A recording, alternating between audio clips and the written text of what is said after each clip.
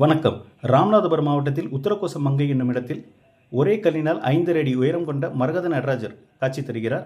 இந்த ஆலயத்தின் சிறப்பு, வருடத்திற்கு ஒரு முறை ஆருத்ரா தரிசனத்திற்கு திருவாதிரை நட்சத்திரம் என்று மட்டும்தான் இங்குள்ள நடராஜர் சந்தன காப்பு நீங்கப்பட்டு மரகத நடராஜராக காட்சி தருகிறார். இந்த ஆலயம் காலை 6 மணி முதல் 11 மணி வரையும், மாலை 4 மணி முதல் இரவு 8 மணி வரையும் திறந்திருக்கும். இந்த ஆலயத்தின் சிறப்பு, திருமண தடைகள் மற்றும் பிறவி தோஷங்கள் இருந்தால் நீக்கப்படும் என்று நம்பப்படுகிறது.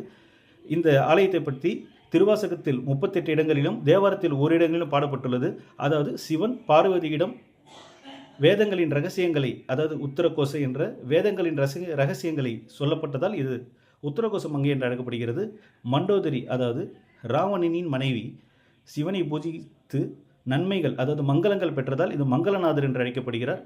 மிகவும் பிரசித்தி பெற்ற இந்த திருத்தலமானது ராமநாதபுரம் மாவட்டத்தில் அமைந்துள்ளது. நீங்கள் ஒருமுறை அங்கு சென்று தரிசித்து வரலாம். நன்றி, வணக்கம்.